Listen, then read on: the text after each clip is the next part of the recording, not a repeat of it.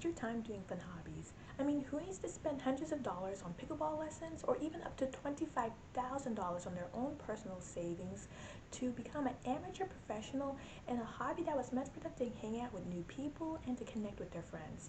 I'm not sure about you guys, but I've been noticing this growing trend of young professionals and even a Gen Z workforce taking up hobbies. This is great because it helps fill the void that working out or hanging out with your friends don't usually fill. But the problem is that when we're seeing people's social media journey displaying their hobbies, we're seeing this through the lens of the influencer. See, the influencer is merely not just taking one pickleball lesson at a community rec center, but they're taking pickleball lessons at a professional facility in LA or New York, and they're spending ample amount of time, like almost a part-time job, doing this hobby. Now, as young adults, we can see this in a lens that they're trying to make money and getting content for their viewers.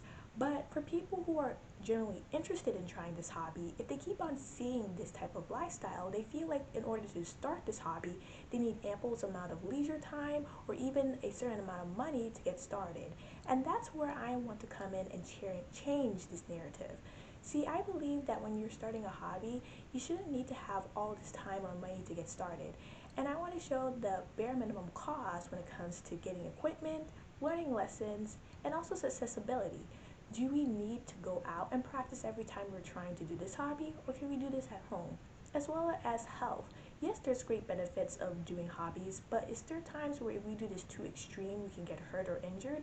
What is the cost when it comes to in our health to help repair ourselves when we're doing this hobby? And then lastly, community. Hobbies are great because not only is it self-fulfilling for ourselves, but it helps when it comes to getting to know new people. How likely is it if we take this casual course or casual class, we get to see people almost on an everyday or maybe bi-weekly basis? Or if let's say you want to become a little bit more professional and get a little bit more experience, are there professional teams or organizations to help fuel this excitement when it comes to learning new skills, when it comes to learning a new hobby? Let's see if we could find this to be true and find again the real cost of learning a hobby. And our first hobby we're going to learn today is crochet. Now when it comes to my history of crochet, I have to say I'm not exactly the expert. See, I've always learned enough crochet to do a couple of loops and to be able to make something as simple as a scarf, but I've never been able to do something as complicated as a sweater vest or even a dress. I really want to be able to hone my skills to be able to be feeling confident enough to do something as creative as like a dress or a sweater vest as a project.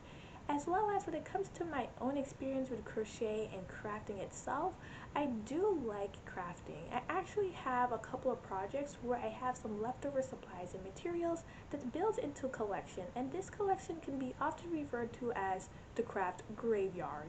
And right now I have a whole bag of yarn that I want to reuse so that way I can make use of my crochet skills as well as leftover supplies and materials. Now don't worry, in this series I will be accounting for the cost of the yarn that I use, as well as when I'm doing this series I also want to break down the level of skill progression. As in, we'll start with one day with me learning how to do some loops and making a basic square, then hopefully the next day progress into a granny square, and then come up with a bigger project that could be a little bit more complicated. Right now I'm thinking of a plush toy, but I'm also open to ideas of what could be a good final project with the skills that I've learned.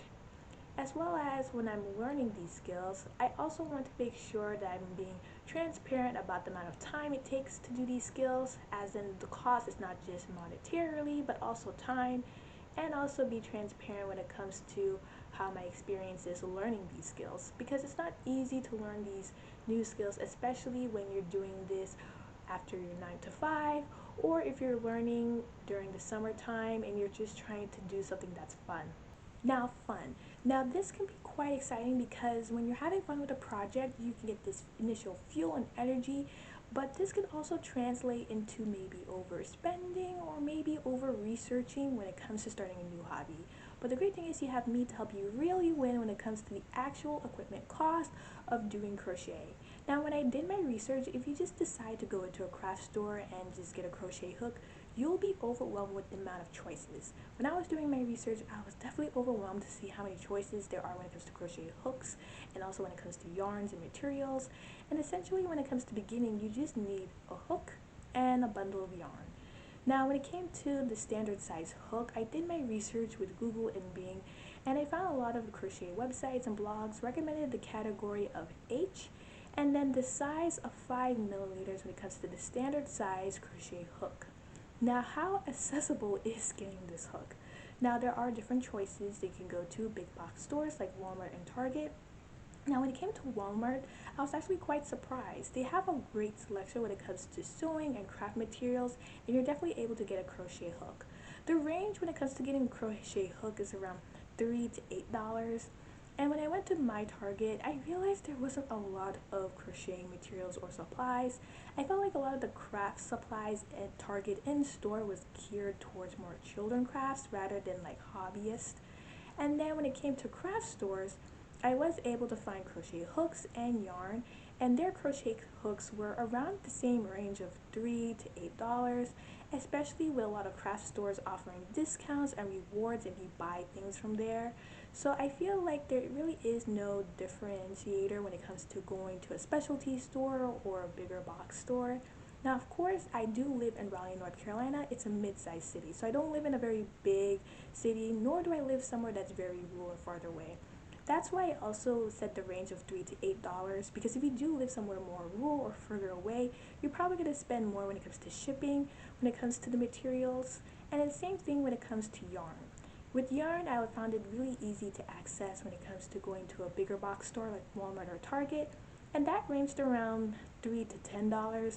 Yarn can be a little bit more expensive, even though you think it could be cheaper because of the material, just because of the variety of places that do make yarn, as well as the accessibility when it comes to the stores or where you supply it from. So that is one thing to keep in mind if you do plan on getting yarn. But at the same time, if you are living somewhere further away, you could also account for the shipping cost of it being more expensive, of like that $10 or maybe even $20 range. And when it came all in total, when it comes to getting supplies and materials, I got between $5 to $20 when it comes to starting your crochet project and this hobby. I also accounted for the supplies of my yarn. Now, when I got my yarn, the black one that you saw, that was from Walmart, and that cost around like $4 to $5. So that was the cost of the yarn that I'm going to start with when it comes to doing this crochet project.